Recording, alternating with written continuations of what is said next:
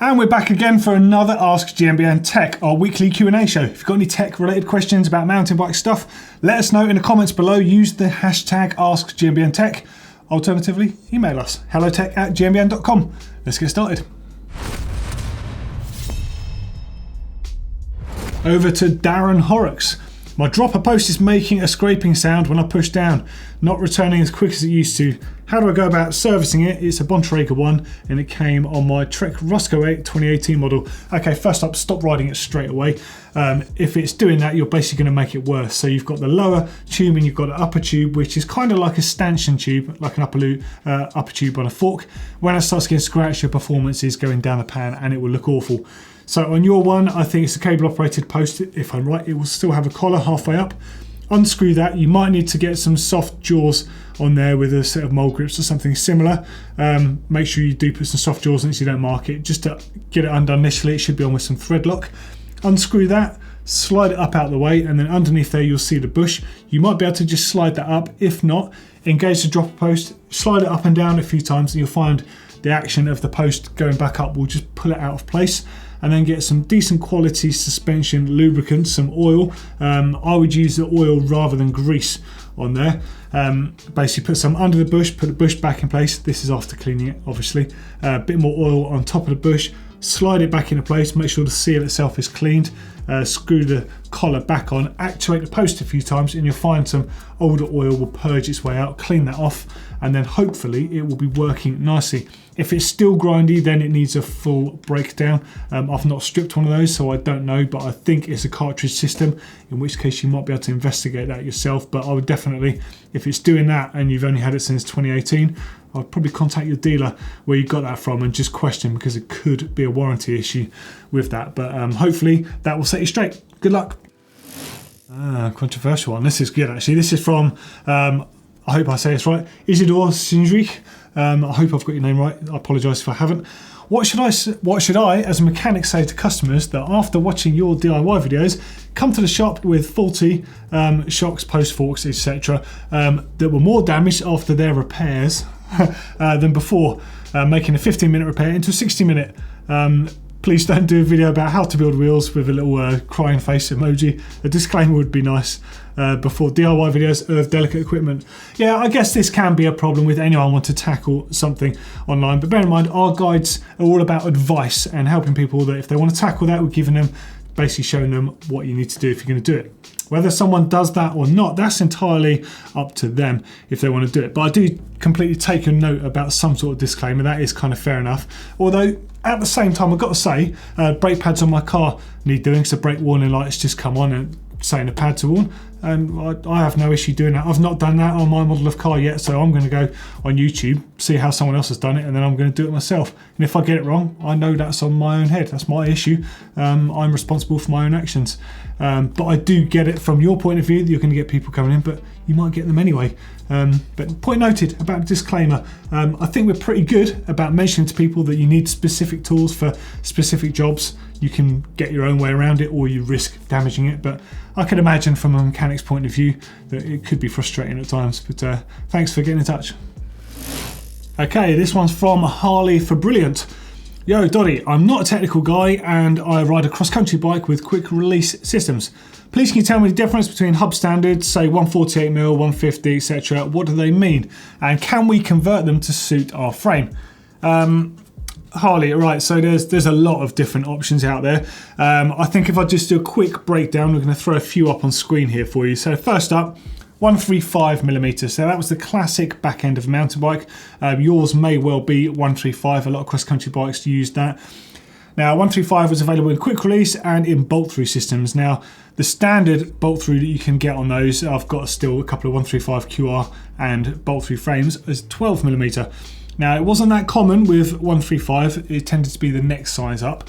And the reason for going for the next size up, which was 142mm, was simply the increase in the amount of gears fitting on a cassette. It started to be tight to fit it all into the back end of a bike. Now, of course, there are upsides to this because the chain line could improve slightly. You could create more room around the tyre. The pivot itself at the front there, as in front of the wheel behind the bottom bracket shell, could be slightly wider, increasing stability. It would be stiffer on the back. And of course, the bracing angle of the spokes could move very slightly further out. So the further out, the stronger the triangle, really. So it's all about minor improvements. Following on from there, in fact, actually just before I follow on, this is now known as non-boost. It's the most common non-boost design. 135, which you might still have, is basically being phased out. You won't see it as much on modern bikes. The next size up was 148mm. Now, only slightly bigger than a 142. 148 was really created and known as boost. It was only really created when plus size bikes came in because quite simply they needed a bit more room for the tyre on there. And of course, moving the tyre around basically at the front of the bike could create problems by bringing the tyre too close to the chain line. So by moving everything out slightly, the back end of the bike as well, you gave more tyre clearance. Also good for regular tyres, but you needed it with 2.8 to 3 inch tyres. Most industries settled on 2.8 now as the plus size. They just seem to offer the best of both worlds, whereas the 3 inch were a little bit too big. Out back, of course, increased gearing again on the cassettes and a better bracing angle again. Now the other sizes you refer to, so 150s you've seen on downhill bikes, 157 is another new size known as Super Boost. I think they're calling that. Now Super Boost hasn't been adopted by everyone yet. I think it's a bit harder to make a frame that works because you've got to basically have enough room for your chainstay clearance with your ankles and your ankle bones and your heels on the bike. But again, you get even more stability, even more bracing angle and more room for everything on the back. Now you could future-proof yourself by, let's say, next time you buy some wheels, you could buy some wheels that are compatible with Boost and Super Boost and stuff like that. The only downside is if you're going to use them currently and then use them later, you won't get the benefits of having that wider bracing angle of spokes. Because a regular wheel will have that angle, will be whatever it is as standard, and you're only changing the outside size of the hub. You're not changing anything else. You're basically putting washers in, which enable that wheel basically to fit into a slightly bigger frame. The whole point, in my eyes, of going for Boost and even bigger than Boost is to make the most of having the full strength, wider hub that's going to have the best stance out on the trail. So it's not really anything that you can do to yours, or I would suggest it's going to actually give you any maximum benefit. Perhaps I would just look at further options for when you're down the line, and make sure when you do invest in something next, perhaps consider that it is Boost. Even for an XC bike, they do have Boost now. All right, next one from Tony Compton. Doddy, I'm running an older Fox Float 36R model and I'm unable to run volume spacers in this model. Is there any way of making the fork a bit more progressive without volume spacers? Yeah, there is actually. When you say the 36i, if it's one of the earlier ones, I used to have the sort of the brown coloured one. If it's one of those, they've got a coil negative spring on it. In fact, there's quite a few of them in that era, various different models. There's 32s, 34s as well. If it's got a coil negative spring, then you can do something else. You can add oil into the air chamber. Now on modern forks, if we just sort of skip the other way around here for a second, you have an air positive and an air negative chamber. Now the air negative chamber is to override the positive chamber, because otherwise you have to overcome the force of compressing that air before it starts working and becomes active. So very early suspension forks that were air sprung felt like incredibly unsupple and very like unforgiving until you got into the travel. Then they would work well. So manufacturers started speccing negative springs to apply pressure on that, so you wouldn't have to brake past that. Now these days we have air negative springs and they apply so much pressure. The air spring is so big on the negative side that the fork feels very supple and much more how a coil fork would. So this is a good thing. But to start with, they weren't quite as good. So they used to have little coil springs as a negative chamber pushing pressure on the air positive chamber. Now what you used to do with these forks, which I think yours may well be one of, put about 5 cc's of oil into that air chamber. You'll need to take all the air out of there, remove that top cap very carefully, make sure you have a nice flat socket. It's not one of those ones with chamfered edges because you'll round off the corners of it. Use one of those Fox Float 5cc sachets.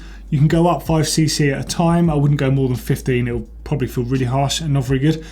By putting in 5cc's, you might be able to lower your air pressure up to 10 psi, and it will definitely help with slight resistance towards the end of the stroke there. They're not quite as effective as putting volume spacers in, but it does help achieve the same thing. You can't do this in air sprung forks, you have to use the plastic token. The reason for that is there's basically a port. It does vary on different model of forks and different brands how the port works. But when you inflate through the single valve, the air has to get from the positive into the negative to charge it, and there's a little transfer port. If you were to have oil in that positive chamber, it will block up the port or it will fill up the negative chamber, therefore it will not work and it will feel absolutely poo. Next up is from Aaron Lehay.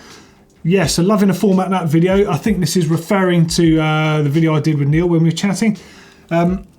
27 plus or 29. Do the plus tyres give the same rollover ability as 29 but offer more grip?